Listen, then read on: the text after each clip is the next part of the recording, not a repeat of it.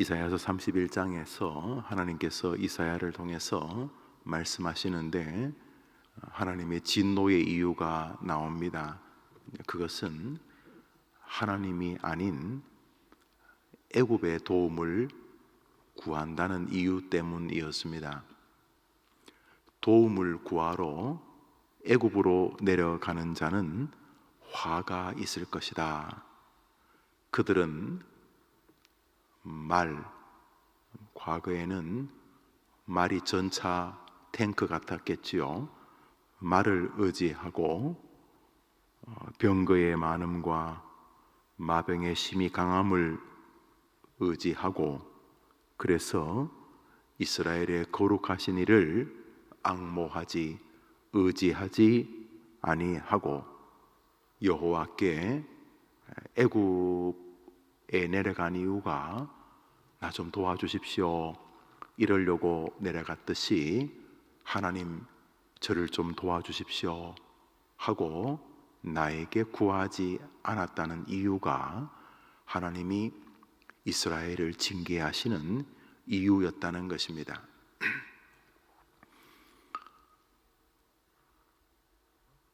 자립심이라고 할 때에 남에게 크게 도움받지 않고 스스로 잘 서서 자신의 일을 잘 감당할 때 우리는 독립적이다, 자립심이 강하다 이렇게 말합니다. 그런데 오늘 여기 나오는 하나님의 꾸중을 혹은 진노를 듣는 사람은 최소한 자립심조차도 없는 인물입니다. 그는 적들이 쳐들어오자 애굽의 도움을 구하러 갔습니다. 바벨론이 쳐들어오자 애굽과 아수르에게 도움을 청하러 간 것이죠. 그때 하나님께서 이스라엘 향하여 진노를 하셨는데 그것은 하나님에게 도움을 구하지 않았다는 이유입니다. 혼자 잘 하지 않았다는 게 이유가 아니라 나에게 도움을 구하지 않았다는 것이 오늘 본문의 주님의 진노의 이유입니다. 그러므로 하나님께서 생각하시는 하나님의 백성들은 도움이 필요한 존재입니다. 하나님을 믿기 때문에 뭐든지 잘하는 것이 하나님이 원하시는 그리스도인의 모습이 아니라 하나님을 믿기 때문에 더욱 더 주님을 의지하는 삶을 주님이 우리에게 기대 혹은 요청하고 계시는 것을 보게 됩니다. 동시에 오늘 본문은 인간은 결국 누군가에게 도움을 구하는 존재라는 것 또한 내포되어져 있습니다. 세상을 살면서 어디 자기 혼자 다 할 수 있나요? 어릴 때는 아무리 어린애가 이제 자아가 생겨서 미운 3살, 미운 7살 그러지만 3살짜리가 혼자 살 수 있나요? 내가 할래, 내가 할 거야 아무리 해도 그 아이가 지 밥벌이를 어떻게 하겠습니까? 3살짜리가 추위 더위를 어떻게 이기겠습니까? 험한 세상에서 그 아이가 어떻게 혼자 세상을 살겠습니까? 우린 살면서 어릴 때만 그런 게 아닌 것을 압니다. 몸에 병이라도 들면 우리는 가까운 병원이나 약국을 찾습니다. 벌써 누군가에게 도움을 구하는 것 아닙니까? 엑스레이를 찍고 CT를 찍었을 때 무언가 종기가 발견된다 그러면 여러분이 집에 과도 꺼내가지고 배를 가릅니까? 우리는 살면서 누군가에게 도움을 구하며 살아가는 존재들입니다. 여러분이 돈을 지불했다고 생각하겠지만 만일 대한민국에 있는 모든 곡식 파는 자들이 전쟁에 나서 더 이상 곡식을 팔지 않는다면 여러분들이 아무리 억만금이 있다고 한들 곡식 한 톨이라도 입으로 넣을 수 있겠습니까? 누가 곡식이 있다는 것은 누군가가 농부가 한국에서든지 베트남이든 태국이든 미국이든 쌀을 재배했다는 것 아닙니까? 우리는 누군가의 도움을 받으면서 시줄 날줄 인생을 살아가게 됩니다. 아이고 나는 내 혼자 할 수 있다고요? 늙음이 오고 있지 않습니까? 우리가 많은 늙음을 보면서 우리 교회가 요양시설을 세우겠다는 이유도 그 늙음을 혼자 버틸 수가 없다는 것을 우리가 알기 때문입니다. 과거에는 가족들이 많았습니다. 큰아들, 둘째 아들, 셋째 아들, 넷째 아들, 큰며느리, 둘째, 셋째, 넷째 며느리가 있었습니다. 장가안간 아들까지. 그래서 한 집에 10명, 15명은 크게 어렵지 않은 숫자였고, 평균 수명이 그렇게 길지 않았던 시절에 연세 드신 어른들은 집에서 충분히 임종을 맞이할 수가 있었습니다. 이제는 핵가족 시대입니다. 효자들이 아니어서가 아니라, 효녀가 아니어서가 아니라 집에서 부모님의 임종을 끝까지 지킬 수 있는 자녀들이 거의 없습니다. 저거들 먹고 살기도 바쁜데. 그런데 사람이 몸이 아프면 금방 죽나요?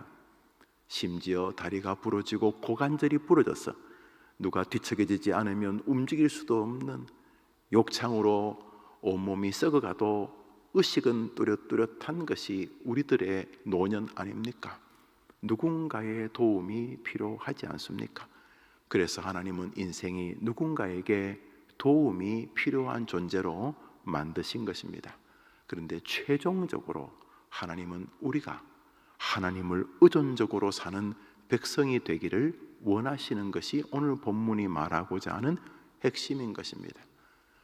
세상에 수많은 일이 있다 할지라도 우리의 죽음을 되돌릴 수는 없는 것입니다.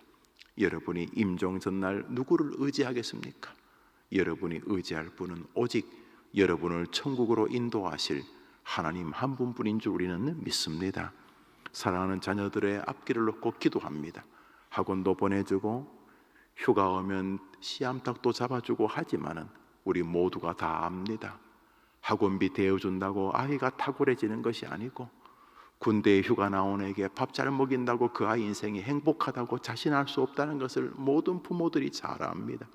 그래서 우리는 우리 아이들의 앞길을 위해서 하나님께 기도하게 되는 것입니다. 자녀들의 앞길도 하나님의 손에 달려있기 때문에 그렇습니다. 하나님께서 우리가 이 땅을 살면서 근원적으로 그 중심이, 그의 마음이 하나님 의존의 길에 서 있기를 원하시는 것을 본문에서 보게 됩니다. 우리의 생이 그리 길지 않는데 우리의 남겨진 인생 동안 하나님 보실 때 해림교회 저 사람은 다른 것은 좀 부족할지는 몰라도 시종일관 아침에 눈을 떠서 밤에 잠잘 때까지 나에게 도움을 구하는 것만큼은 지구 최고의 사람이라고 인정받는 하나님 의지의 백성 되기를 주님의 이름으로 축복합니다. 하나님께서 우리에게 언제까지, 이 땅의 호흡이 끝나는 날까지 우리가 자꾸 하나님을 의지하게 만드십니다. 그러면 이런 질문을 하게 됩니다. 우리를 든든하게 만들어서 의지할 필요가 없는 그런 슈퍼맨적인 인생을 만들면 되지 않겠는가? 왜 하나님이 우리를 부족하게 만들고 하나님을 의지하게 하시는가? 하나님은 우리가 하나님을 의지할 때에 가장 인간답고 가장 가치로운 존재인 것을 아시고, 우리가 하나님을 의지하고 살 때가 자기 혼자 든든히 설 때보다 더 행복하다는 것을 아시기 때문에 우리 보고 하나님을 의지하라고 하는 것입니다. 내가 판단하고 내가 결정하고 내가 책임지는 것보다 하나님께 기도하고 하나님께 지혜를 구하고 하나님이 보살펴 주시고 하나님이 불쌍히 여겨주시기를 바라면서 하나님 의존적으로 사는 삶이 훨씬 더 강한 삶이고 훨씬 더 행복한 삶이고 훨씬 더 소망의 삶이기 때문에 하나님은 우리가 오늘도 하나님을 의존적으로 살기를 원하는 것입니다. 기도가 무엇입니까? 내 힘으로 안 하겠다는 고백 아닙니까? 아침, 저녁, 점심, 아침, 점심, 저녁 밥 먹을 때 하는 기도가 뭡니까? 주신 음식 감사하다는 것도 담겨져 있지만 그 기도는 뭡니까?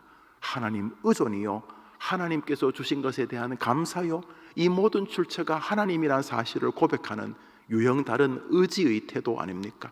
이 새벽에 나와 드리는 기도는 무엇입니까? 모양만 다를 뿐이지 의지 아닙니까? 하나님 아버지, 오늘도 하루를 출발합니다.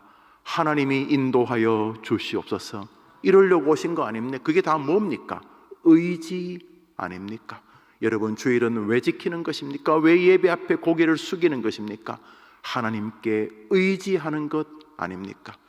우리가 믿음의 길을 걸어갈수록 정말로 탁월한 사람은 더 의지하는 사람이 되는 것입니다. 시간이 지날수록 나 대단한 사람이야 고개가 뻐득뻐득해지면 이상해진 것입니다. 병든 것입니다. 그러므로 우리는 오늘도 주님 의지의 삶에서 능력이 있다는 것을 고백하는 사람이어야 하는 것입니다. 하나님은 오늘도 너희들은 나를 의지하지 않으면 또 다른 것을 의지할 존재라고 말씀하고 계시는 것입니다. 도움을 구하러 애굽이 아니라 도움을 구하러 오늘 하나님께로 나가는 여러분 되기를 바랍니다. 하나님께서 언제까지 우리가 하나님께 도움을 구하기를 원하실까요? 우리의 호흡이 마지막 숨을 넘어가는 그 순간까지 의사가 고개를 절레절레 흔들고 내 손을 잡고 있는 아들, 딸, 손자, 손녀가 눈물을 흐르끼면서 아빠, 엄마, 할아버지, 할머니 부르는 그 순간에 우리의 호흡이 마지막 이 땅에서 작별하는 날까지 하나님은 오 하나님이여 내 영혼을 하나님께 부탁하나이다 고백했던 스데반처럼 우리가 하나님을 의지하기를 원하시는 것입니다. 그래서 제일 나쁜 기독교인은 지 혼자 하는 기독교인입니다. 내가 알아서 할게요. 뭘 알아서 해요? 뭘 알아서? 교회는 알아서 하는 사람들이 다 문제를 일으킵니다. 오늘도 내일도 하나님 의존하고 살면 겸비해지고 하나님 의지하고 살면 독특한 기대가 있게 됩니다. 지금 보이는 것이 없어도 하나님을 온전히 의지할 마음이 하나님께로 향하면은 여기서도 희한한 길이 일어날 것이라는 소망을 갖게 되기 때문입니다. 하나님 의지하는 자가 큰 자인 줄 믿으시기를 바랍니다. 6절을 읽습니다. 오늘자 날주 이사야서 31장 6절입니다. 시작. 이스라엘 자손들아 너희는 심히 거역하던 자에게로 돌아오라. 배역한 이스라엘 백성들에게 너희가 나를 거역하지 않았느냐? 이제는 내게로 돌아오라는 주님의 절규인데 주님을 거역하는 것 중에 하나가 바로 1절에 하나님을 의지하지 않은 것입니다. 문제가 발생하면 벌써 권모와 술수를 떠올립니다. 문제가 발생하면 하나님이 보실 때 전혀 순전하지 않습니다. 그저 등 따시고 배부를 때에는 교회당에 앉아있지만은 인생의 위기, 다시 말해 처절하게 하나님을 의존해야 될 바로 그때가 오면은 교회에서 보이지 않습니다. 그는 바쁩니다. 오늘도 누가 나에게 애굽이 되어줄까? 여기를 뒤적거리고 저기를 찾아 헤매게 다니는 것이죠. 우리 주님께서 지켜보고 계십니다. 하나님 앞에 다른 거는 못해도 하나님 붙들고 의지하고 하나님께 달려들어 긍휼히 여겨달라고 읍소하는 일, 하나님 의존적인 인생의 여러분이 1등 되기를 축복합니다. 여기에 우리의 승리의 길이 있습니다. 오늘자 날주 시편입니다. 시편 85편입니다. 오늘자 날주 시편 85편입니다.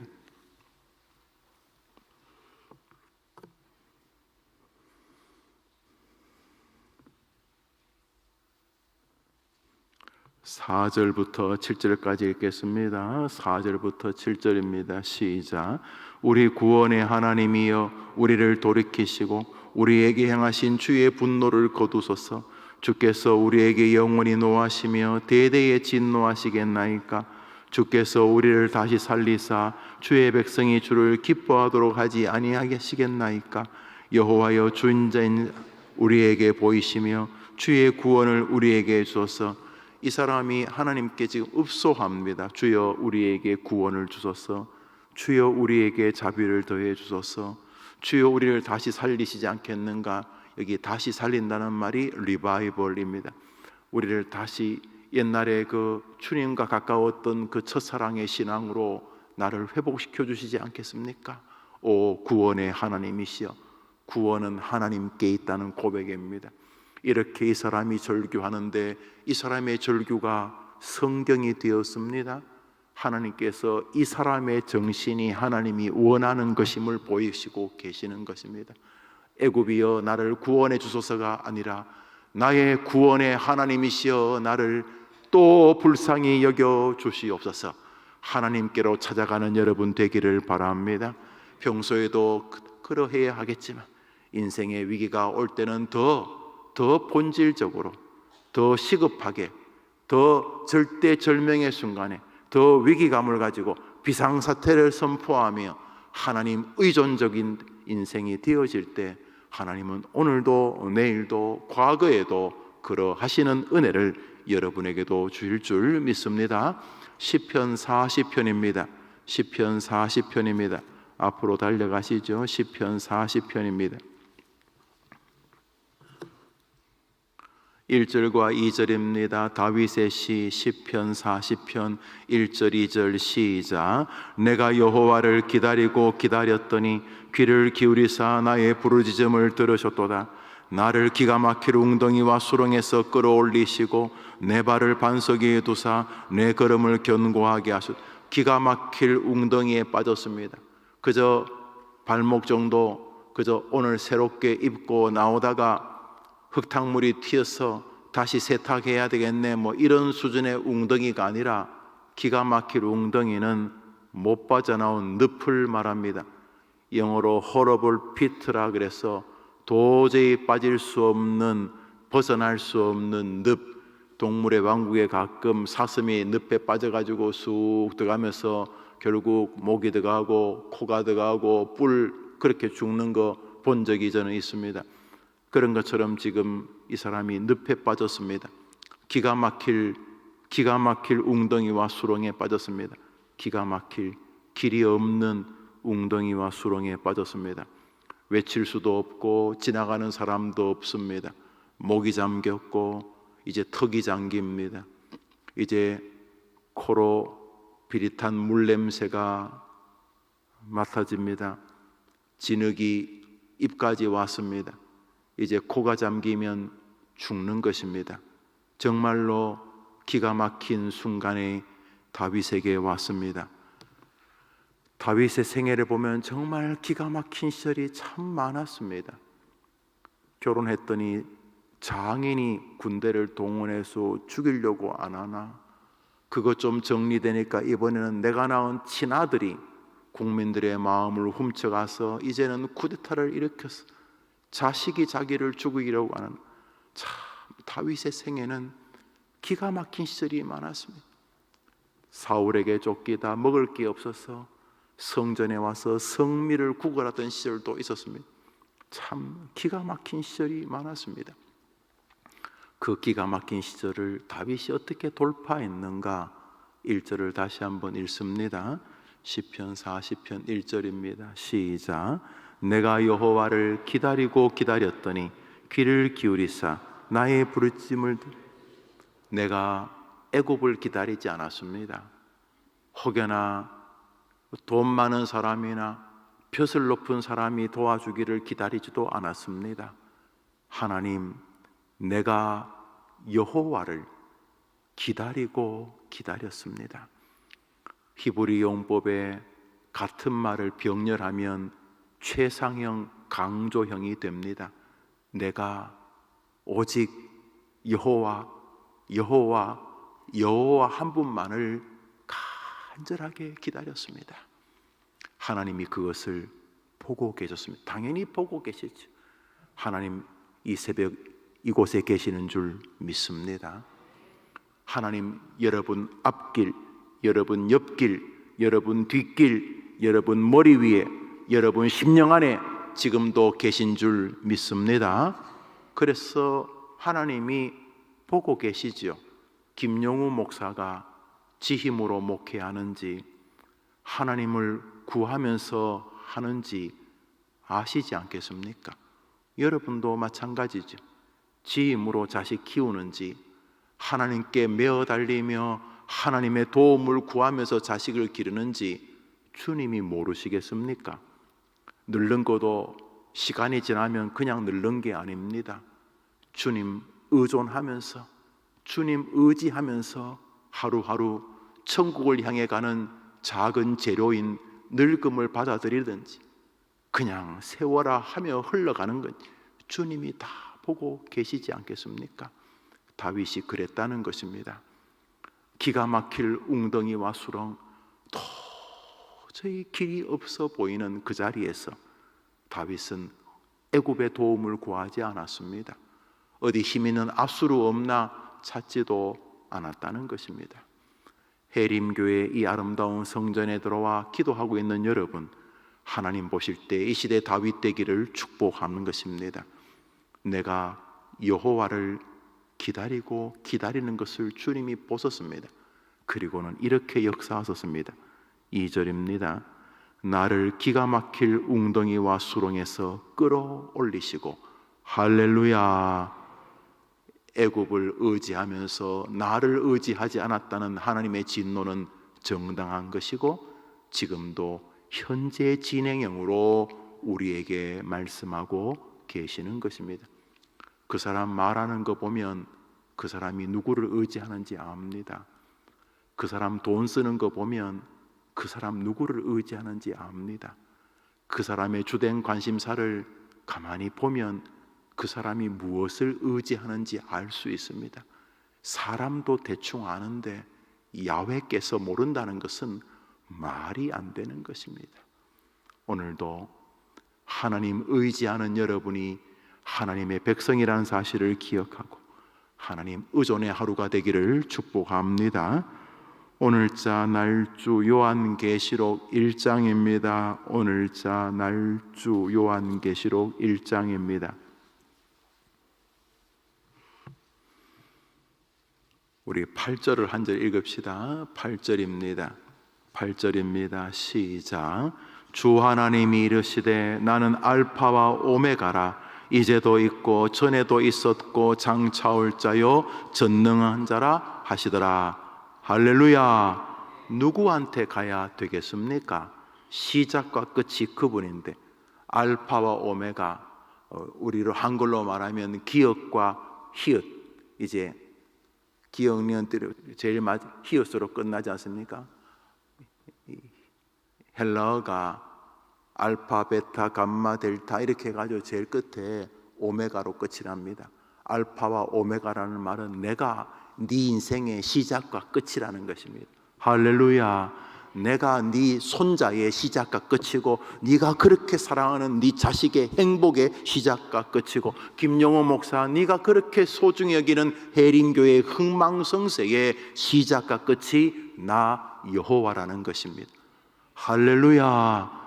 그리고 뭐라고 하셨습니까? 나는 전능자다. 우리는 이게 무슨 말인지 모릅니다. 그냥 두고는 쓰는 단어지만 우리 가운데 전능에 대한 것을 아는 자가 어디 있겠습니까? 그러나 이것은 너무도 큰 위로가 됩니다. 전능은 성경에서 자주 발견되어집니다. 사자굴에서 살리는 것이고, 병자를 일으키는 것이고, 귀신 들린 어린아이를 정상한 하나님의 백성으로 만드는 것이고, 죽은 자를 다시 살리는 역사가 우리 하나님에게는 아무것도 아닌 것이기 때문에 우리는 그것을 전능이라고 고백할 수 있습니다. 전능하신 분이 여기 계신데 어디를 가서 헤매고 계시는 것입니까? 그분이 여러분이 꿈꾸는 모든 것의 시작이고 과정이고 끝인데 어디 가서 손을 벌리시는 것입니까? 뭐 사람하고 일부러 사이 나쁘게 지낼 이유는 없습니다만 그렇게 중요한 게 아닙니다. 살아보니까 하나님 도와주시면 넘어져도 금받칩니다. 안 웃을 줄 알았어요. 넘어져도 코가 깨지는 게 아니고 넘어지는데 보니까 온 사방이 금밭이라고. 하나님 도와주시면 그 수렁이 영광의 장소가 될 줄 믿습니다. 모든 사람이 길이 없다, 끝났다, 뭐 한만 그래도 그 자리가 하나님이 임하시는 성지가 될 줄 믿습니다. 사랑하는 여러분, 앞이 홍해입니까? 앞이 벽입니까? 원수들이 한두 명이 아니라 진쳤습니까? 홍해가 이스라엘의 첫 번째 찬양대가 조직되던 장소였습니다. 무슨 말이냐 하면 출애굽을 하는데 홍해가 가로막았습니다. 뒤에는 애국 군대가 오고 앞에는 홍해 바다고 모두가 입이 튀어나와가지고 우리 다 죽었다 싶을 때 하나님이 모세를 통해 홍해를 여셨습니다. 할렐루야. 홍해를 다 건너고 애굽 군대가 따라오자 바다가 다시 합쳐져서 거기 애굽 군대가 모두 몰살하고 수장당했습니다. 그때 모세의 누이 미리암이 지휘자가 되어서 200만 명이 하나님을 찬양하는 장면이 나옵니다. 절망의 장소가 영광의 장소로 변하게 되는 것은 오직 하나님의 능력 안에만 있는 줄 믿습니다. 그 하나님이 여러분을 사랑하십니다. 자기 아들까지 죽이셨다는 것에서 더 이상 의심할 여지가 없습니다. 그러므로 사단은 오늘도 이렇게 말할 것입니다. 뭐 하려고 너는 남을 의지하냐? 네 힘으로 해. 나를 의지해. 사람 찾아다녀. 이렇게 말할 것입니다. 그런데 여러분은 이렇게 고백하십시오. 나는 여호와를 기다리고 기다릴 것이다. 나는 여호와만으로 충분하다. 사단은 또 꼬드릴 것입니다. 지금 네가 풀무불 앞으로 들어가는데 너 잠시 후면 사자굴 앞에 던져줘. 헛소리 하지만 빨리 나한테 도와달라 그래. 애굽이여 살려달라 그래. 아수르여 도와달라 그래. 이렇게 말할 때에 나는 여호와만을 의지하겠다고 고백하는 여러분의 남겨진 믿음의 여정이 되기를 주님의 이름으로 축복합니다. 그렇게 살게 해달라고. 하나님, 나는 왜 이렇게 사람이 복잡해졌습니까?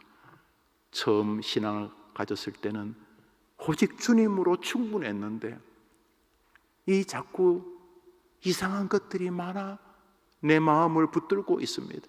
주님, 다시 주님만을 의지하기를 원합니다. 이렇게 기도할 때에 하나님께서 오늘날 주의 말씀으로 여러분에게 은혜 주실 줄 믿습니다. 주님 가르친 기도로 예배를 마치고 우리 자유롭게 기도하고 하루를 출발합시다. 하늘에 계신 우리 아버지여, 이름이 거룩히 여김을 받으시오. 나라의 임하옵시며 뜻이 하늘에서 이룬 것 같이 땅에서도 이루어지이다. 오늘날 우리에게 일용할 양식을 주옵시고 우리가 우리에게 죄 지은 자를 사하여 준 것 같이 우리 죄를 사하여 주옵시고 우리를 시험에 들게 하지 마옵시고 다만 악에서 구하옵소서. 대개 나라와 권세와 영광이 아버지께 영원히 있사옵나이다. 아멘. 기도합시다.